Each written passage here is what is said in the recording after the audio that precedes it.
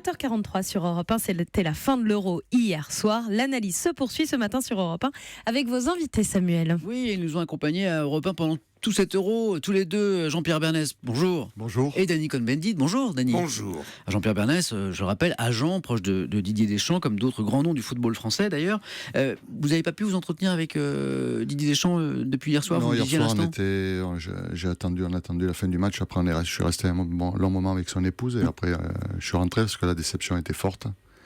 Et connaissant Didier, on va se voir tranquillement dans la journée ou demain. Vous laissez passer quelques heures. Oui, je pense que c'est mieux pour digérer. Comment vous l'avez vécu, vous, ce match?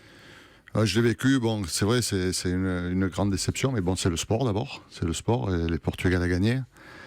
C'est vrai que quand on a battu l'Allemagne, on est parti sur une euphorie un petit peu parce qu'on pensait qu'on allait franchir la dernière marche. Mais souvent, la dernière marche en sport est la plus difficile.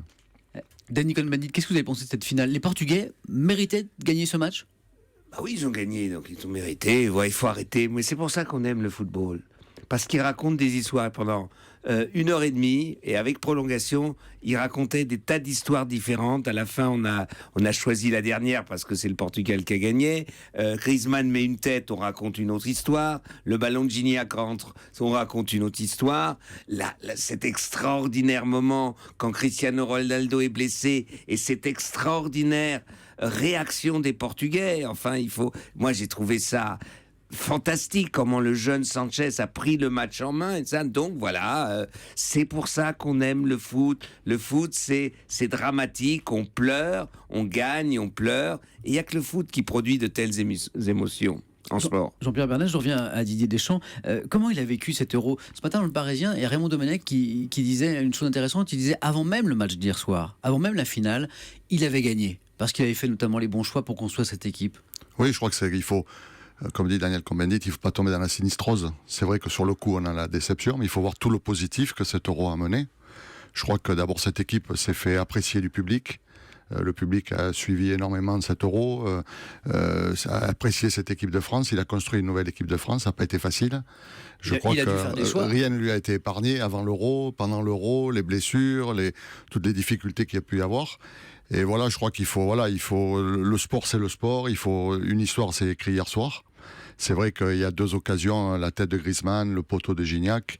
Si au lieu poteau il y a but, l'histoire change. C'est le sport, c'est vrai que c'est ce qui fait la beauté du football, la beauté du sport. Il faut l'accepter. Mais c'est vrai, connaissant Didier, qui est un winner, comme on dit, et qui adore gagner, enfin, comme tout le monde dans le sport, on me dirait.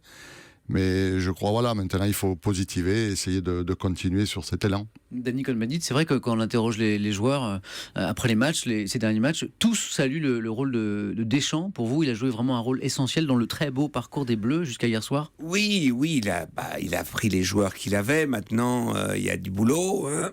Il faut que la France trouve des latéraux. Parce que c'est un des problèmes, je crois, de l'équipe de France, c'est que quand on voit le football moderne, c'est des latéraux qui puissent participer au jeu offensif. Didier Deschamps a été intelligent parce qu'en fait, il a su répondre aux questions et aux possibilités que lui offrait le terrain et le jeu.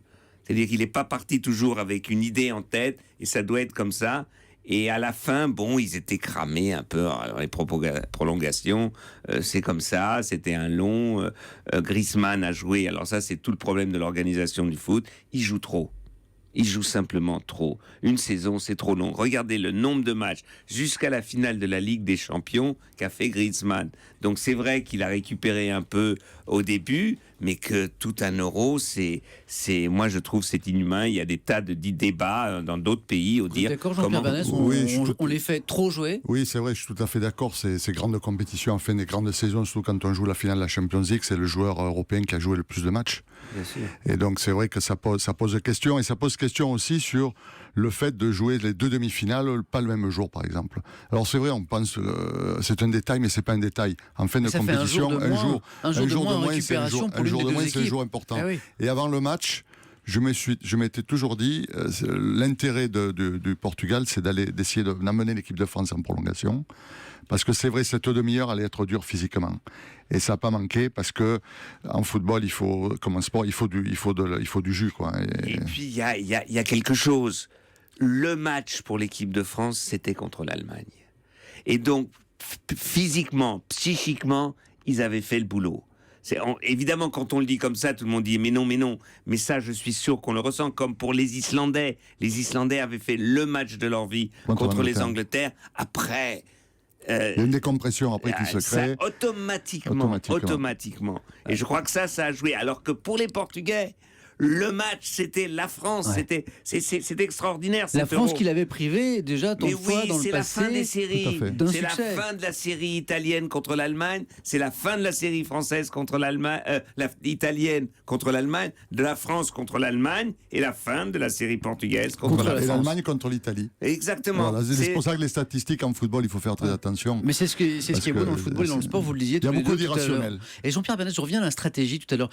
C'est Libération qui a un titre un peu dur ce matin contre les Bleus, qui dit, jeu de mots, qu'ils se sont fait avoir comme des Bleus, justement, qui sont tombés dans la stratégie de ce match long pour les fatiguer des Portugais. Vous pensez, vous, que c'est la stratégie pensée dès le début par le sélectionneur portugais, c'est de fatiguer les Bleus pour arriver aux prolongations? Je pense que c'est un élément. Le côté physique de cette rencontre a été important. Et je sais que Didier le savait avant le match. Il savait que cette coupure de 2 ou 3 jours, c'est pas pareil. Surtout en fin de compétition, c'est pas comme quand on a 4 ou 5 jours. 4 ou 5 jours, ça s'équilibre. Mais 2 ou 3 jours, c'est pas pareil.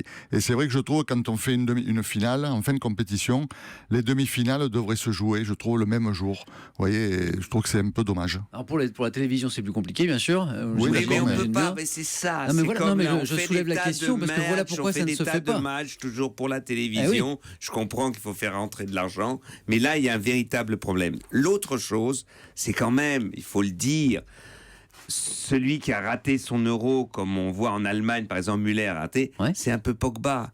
Il a manqué hier la force de pénétration de Pogba. Il y avait Sissoko qui pénétrait, qui passait les lignes. Quand vous avez une défense comme ça, il faut les passer. Et Pogba était, alors peut-être à cause de l'organisation du jeu, ça je peux pas le dire, était aux abonnés absents. Il a manqué, à part Sissoko, une force de pénétration pour justement bousculer les lignes des Portugais. Il en reste un petit peu de temps. Jean-Pierre Bernès, comment vous expliquez la popularité croissante de cette équipe de France au fil des matchs? Il y a les résultats, bien sûr, mais peut-être pas seulement. Il y a peut-être cette image aussi de modestie, de sens du collectif qu'elle a renvoyé et qui a séduit les Français. Oui, je crois que c'est le comportement. Oui. Les gens ont aimé cette équipe de France, non pas seulement pour le comportement sur le terrain, mais je crois aussi que c'était le comportement en dehors du terrain. Je crois que les joueurs ont été disponibles, ils ont été près des gens, et ça s'explique, c'est normal, les gens apprécient les joueurs comme ça. Danny Cohn-Bendit. Oui, et vous avez le Portugal et la France dans la même situation, ces deux pays qui en bavent, qui en ont bavé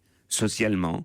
Et donc il y avait une envie aussi des supporters d'aller plus loin, de pouvoir d'aller vers l'euphorie. Il y avait un besoin d'euphorie, et ça, l'équipe de France a bien répondu, comme d'ailleurs l'équipe du Portugal.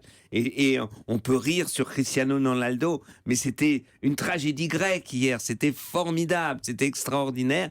Et le peuple portugais, les Portugais l'ont ressenti comme ça. Ils parlent tous des émigrés, ils parlent tous de la crise, les joueurs.